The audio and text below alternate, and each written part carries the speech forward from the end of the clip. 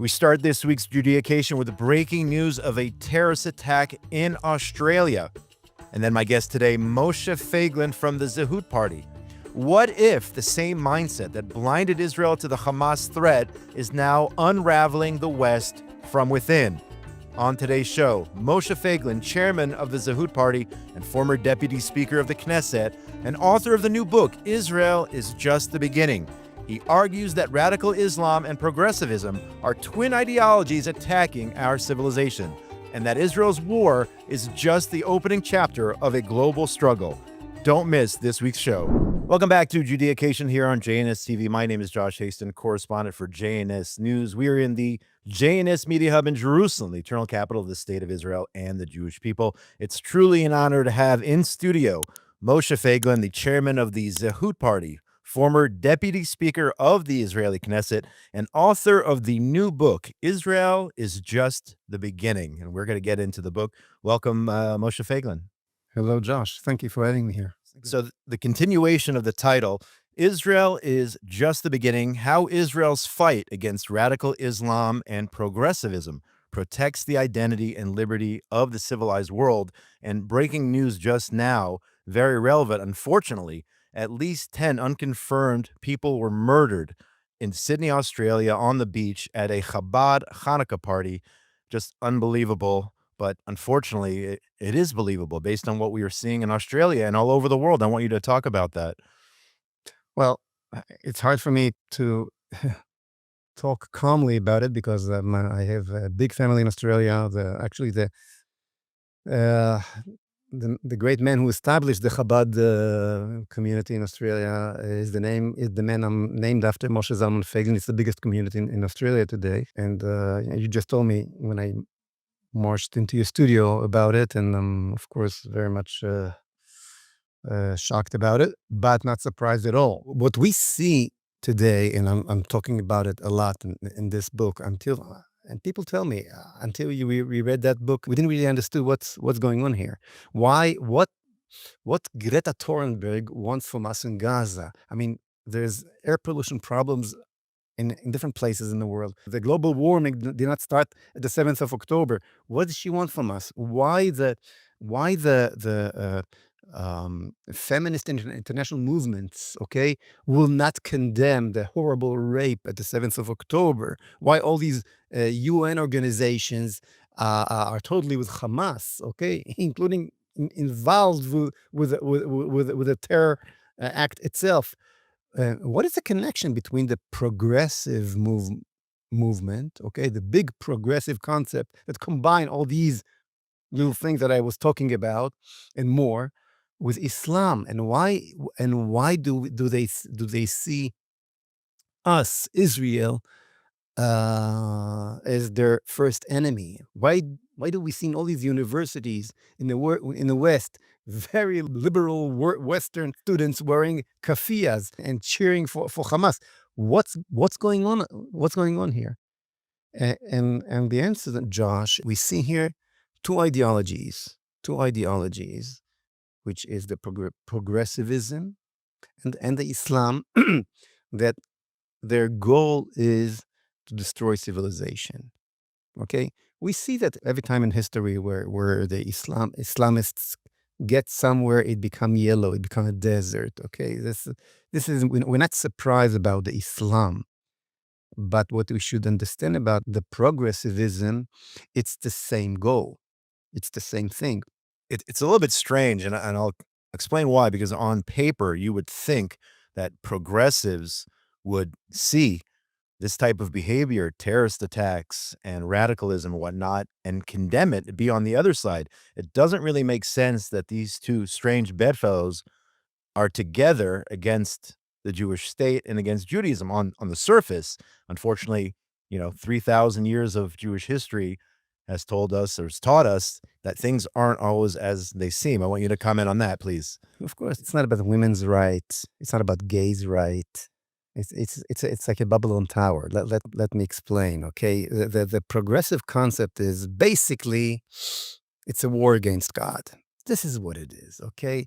Now, how do we fight? If I'm going to Paris, for example, and I don't want no one to ever hear again or get rid of this engineer named Eiffel. What is the first thing I have to do? No one will remember Eiffel. There will be no Eiffel anymore in Paris. I have to destroy the tower, right? It's very simple. Well, the tower that testify, I would say, the existence of God, which is the beauty of the world, okay, is the different identities, how God created the world. Okay, he defined between light and darkness at the beginning, and at the first paragraph in the book of Bereshit, right in the first paragraph, God creates the world by creating different identities, water and sand, men and women, animals and birds. There are different identities, and this is how we create this great Eiffel Tower. And if we want to get rid of God, all we need to do is destroy all identities, bring the situation back to one mix. Everything is in our imagination. There's no God who decide what the identity will be. I am God. I will decide. It's basically a new kind of the Babylon Tower. I'm taking over. I'll decide what will be the weather like. I'll control the world. I'm getting into all of that in details in the book. But the goal is to destroy civilization. What is the civilized world based on? The Western civilization, which I call the monotheistic civilization, which is the same thing. It's based on two concepts which the Jews brought to the world, the people of Israel brought to the world from Mount Sinai. One is one God, monotheism. Once there is one God, there is zehut, identity, okay, of different things.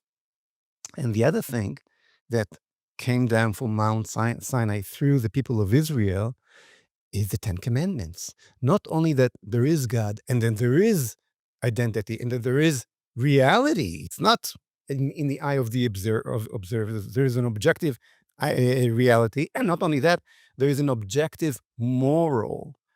Do not kill, lo tirtzach, okay? Do not steal, lo tignov, and so on. There's a reason why the statue of Moses with the Ten Commandments, the biggest statue in front of the Supreme Court in America, okay? They understood that without that, okay, objective point of morality, there's no moral. These two major things, okay, identity and morality, are the two major pillars of the Western civilization. Israel represents the nation that brought these two pillars, and that's why we are the first enemy line of these two ideologies, that their main goal is to destroy civilization. It's the Islam, of course, and progressivism. In your book, let's jump to October 7th. You connect the massacre on Simchat Torah to decades of what you call identity disarmament. And you say that the same worldview that misread Hamas is also weakening the West's ability to defend itself. I want you to talk about that. Explain that. Okay, we saw how the Israeli army that got polluted to its marrow bone, okay, up to his teeth with this poisoning progressive concepts, okay, the Israeli army started to talk with this progressive language. For example, this Aaron Khaliva, the head of the intelligence of Israel, said just few weeks before the 7th of October that the biggest enemy of Israel, threatening Israel, is not Hamas, it's the global warming. Wow. Or the way they insist to put women in the army in positions where it is obvious that they cannot do the same job as men, physical job as men soldiers, because the ideology of progressivism was stronger than ever, and because there is no identities. And here I have to explain something. The whole structure that the human beings stand on, the basic structure that was given by God, is the human identity, which means I am not an animal, even if I would like to. I'm not. God gave me a different identity. So it's the human identity. It's the sexual identity. I can mix it. I can imagine whatever I want, but somewhere along the way, there's the men and women that I belong to. the family identity and the national identity. This is the basic structure of every human being identity. Now, because they believe in progressivism and they erase all these identities, it's all in my imagination, and they feel ashamed of a national identity. This is just primitive concept of people of the past and religious people and so on. So they came to conclusion that there's no more national wars anymore. It's just the wars against the extremists from both sides. And they said it openly, okay? Now, if there's no national wars anymore, we don't need all these brigades, okay, to fight national wars. We don't need tanks. We don't need that kind of wars are gone uh, at the past. All we need is special forces against the extremists. All we need is Air Force and very good intelligence and special units. And they erased maybe half of the army or more, okay? At the 7th of October, Israel had less tanks available than in 1973 in the Yom Kippur War 50 years ago. And we, uh, 3 times or more people and much, much richer country, okay? So just to explain how the ideology destroyed the army. So that leads me to my next question. Here on the home front in Israel, you've been arguing that Israel's political and security elites have lost the ability to define victory or to even explain why the Jewish state exists. Talk about that. What's going on here?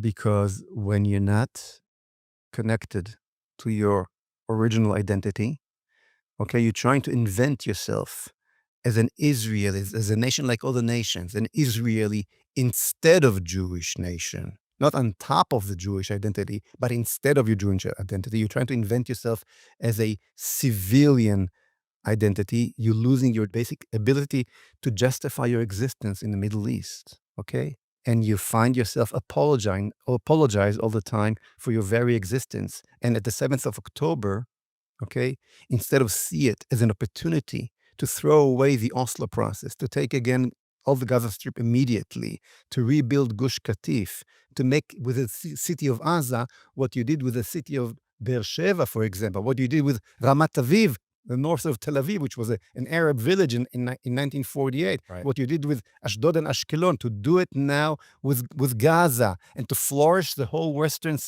border of the Negev with Jews, with kindergartens and so on. That is the victory. You cannot have the ability to do that because you don't believe it's yours. Why? Because if you ran away from your Jewish identity, the land of Israel don't really belong to you anymore. And all you can lean on is the horrors of the other side. And so you wave with the horrible pictures. Netanyahu go to the UN with a QR code. Go see the real horror videos, okay? I mean, Yad Vashem became our temple. The only way we're justifying ourselves is how terrible they treat us without the ability to defend us and be with us because we're so poor. We need your mercy.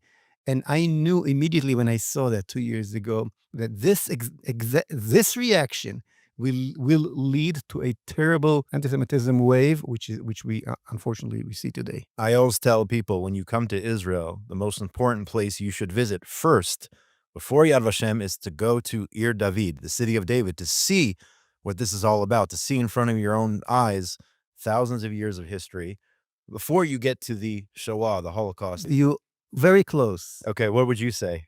Har HaBayit. Har HaBayit, the Temple Mount.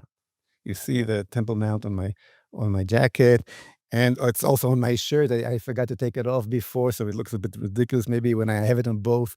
But how did they call the war? What the name they gave the war? The Al-Aqsa floods. Al-Aqsa, the Temple Yeah. Mount. Temple Mount. They want the message of death. The Muslims believe in God. They don't want to erase God, but their God is the God of death. Okay, the Shuhada. Our God is the God of life. This is the difference between Judaism and Islam. They worship death.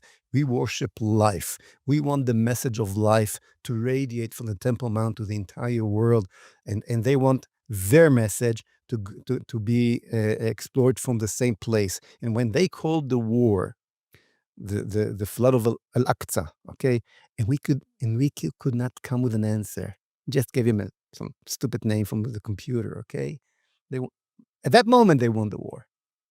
When we will have a prime minister that go with this pin, okay, the pin of the temple, the Beit Hamikdash, the Jewish temple on Arab, yes, we are very proud. We did not forget the dream of our grandparents, okay, of the what our people dreamed for 2,000 years. Yes, we know what we connected to. Mhm. We're not only here because of the Holocaust. We're having a message to the world, just as and I'm showing it here in the book, the Balfour Declaration. We got the Balfour Declaration. People don't know it because these people, okay, in London wanted us to come back to our land and build Beit Hamikdash to radiate the Jewish message to the entire world. I know it sounds crazy today, but that was the core reason why we got this Jewish state to begin with. And then we decided just to be a nation like all the nations.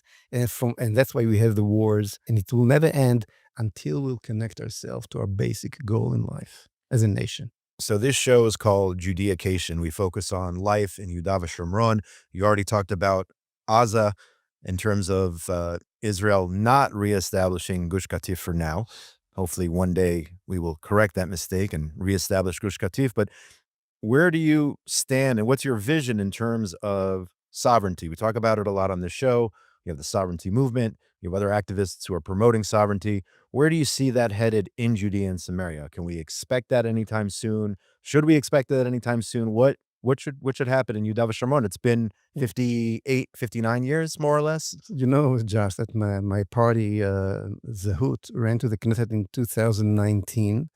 And you can see on our platform exactly what we're standing for. And I'm talking about 6 years. Yes, 6 years before the 7th of October. We ran on that platform.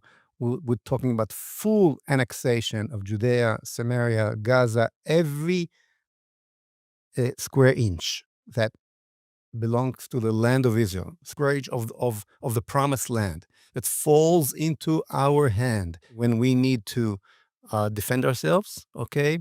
It should become immediately part of the state of Israel. We don't need new laws. It's in the Israeli law, by the way. The defense minister can do it by himself, declare it. People don't know that. But the system how it's done is in the Israeli law today already. Of course, we never did it. Just imagine that uh, all the parts of South Lebanon that fell into our hand, okay, because of what Hezbollah did to us, parts which are totally part of the Promised Land, okay, would have been evacuated immediately and become a part of the state of Israel and be flourished by Jewish settlements, okay? Would we have another war tomorrow morning? That'll be if they will know that we are not here just to create a shelter or, as they say, a villa in the jungle, but we here because our conscience, our way of mind is what we're really looking for is to create a regional Jewish superpower, okay? That will fulfill, that will be a tool by the Jewish nation to fulfill its mission in the world, okay? And therefore, every part that you attack us falls to our hand. That's it. You lost it forever. The same thing in Syria. Same thing in Jordan, if they'll do that. Everywhere, okay? And our platform shows exactly how to reach this goal in a positive way, not in a war, okay? Just allow them to find their future in a better place for them. Help them. Something like Trump offered at the beginning. If they will understand that the Jews came back, they're not afraid of their identity anymore, okay? They're not apologizing anymore. They are the people of the book. They came back home, okay? And they here to take over the home. And when you starting to behave not nice, you're going to lose your home, okay? Forever. We'll have peace over here. We'll have peace over here and we'll be able to do what we need. Let's focus now a little bit on anti-Semitism. You know, Jewish organizations are spending tens of millions of dollars to combat anti-Semitism. What do you think is the real path forward in terms of fighting anti-Semitism? I think it's all this money is being thrown to the garbage, okay? Because I'll tell you a little story, okay? When I got to the Knesset, a famous Arab Knesset member, Isawi Frej, met me, asked to speak to me, okay? And he said to me, this land of Israel that you're talking about all the time, because I established Zu Artzeinu, if you Sure, remember, of course. fought against the Oslo process and so on. So this Arab Knesset member tells me, this land of Israel that you're all the time talking about, where are its borders? Where are the borders of it? So I told him, from the Nile to the Euphrates, nothing more than that. I'm a modest man, not more than that. So, so for immediately he was shocked, and then he said, and who said? So I pointed the ceiling of the Knesset and I told him, God said. The minute I said that, before even my arm came down, he said, you're right. And even in our Quran, it says that the land of Israel belongs to the Jews. But he immediately continued, but you're a liar. So I asked him, why are you saying I'm a liar? We're sitting here having a nice discussion, having a cup of coffee together. Why are you saying I'm a liar? So he said, because you're not a Zionist, he said. These Zionists are just colonialists that came from Europe and conquered this land and expecting me to be like them. These are not real Jews. You are a real Jew. With you, I'll manage. That's very interesting. I told him, I don't think I'm not a Zionist, but tell me something. I told him, how come with these Zionists always offer you half of the land, and you want to take the other half? While me, when I'm telling you from the Nile to the Euphrates, you said that with me you'll manage. He said, you don't understand anything.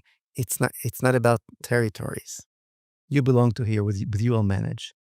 And it's the same thing with what we call hasbara. We're trying to show how humane we are, how nice we are. They tax. We're trying to explain the situation here to a Western liberal ears. Okay, it's not about that. All you need to do, okay, to be able to explain yourself is saying one simple thing, okay? This land belongs to us because God gave it to us. That's it. And that's it, okay? Nothing else. And say it with confidence. Connect back to yourself, to your faith, to your roots, and the whole world will accept you. Amazing story. Yeah. People should really take note of that. We're almost out of time, but I want to talk about your political ambitions as we head towards election season here in Israel. By the end of 2026, we will have a new Knesset, a new government in Israel. Where do you see yourself? Where do you see the Zehut Party? What is your plan as we are really almost getting into high gear in Israel's upcoming elections? Look, we're having a very good Knesset members in the right wing, and I mean what I say. They're doing a tremendous job. They're working very, very good. But at the end of the day, we had a full right wing coalition and a government that could not win the war in Gaza because it was lacking everything that I was just talking about. Okay, we need to create a new direction, a new leadership. Okay, to the state of Israel, not a leadership that ran around itself for 2 years and cannot win this little war in Gaza like we did in the 6 Day War in a day in less than a day. Okay, against real armies. Okay, the real war is not against the Arabs, not against Hamas, not against the Hezbollah. It's a war between two identities. We did not. It's a war of identity within ourselves, and the only party that comes with a serious goal, serious direction. Okay, we're not looking to create a better terms, better benches, better food that is being served on the train to hell. Okay, we're talking about total new direction. For that, you need Zehut, and if uh, if you get this book, Israel is just the beginning. It's on Amazon, and it explains it all. And I can just tell you that from people who read that before they read that book, they did not understand what's going on here. Once you understand what's going on here, once you understand that we must, it's not a question of can, but we must transfer ourselves from Zionism of existence, Zionism that Yad Vashem is its its basic Beit Mikdash, temple, to a Zionism of fulfilling a goal, Zionism of a purpose, positive Zionism, okay? A Zionism that its temple is on Har HaBayit, okay? We need a total new direction, total new leadership, and this is what Zehut is all about. We're making a tremendous progress. We both, thank God, thank God. The numbers are very good. I'm not going to get into it, but we saw in the last 2 years a two positive, two directions in Israeli society. One, an amazing direction, which is the new generation of heroes that we saw in fighting, going to hundreds day of reserves in Gaza, which gives me a tremendous hope in what's going to happen in Israel. This is one direction that we saw. The other direction is the leadership of Israel, a leadership that cannot justify itself, a leadership that cannot finally win this war and take us to a new level. And we need the Zehut Party to give this amazing new generation the kind of leadership that it deserves. I wish you much success, much luck, and make sure out there you go get yourself a copy of the book. Go to Amazon. Israel is Just the Beginning by my guest, Moshe Feiglin. Thanks so much for joining us here on Judaization on JNS TV.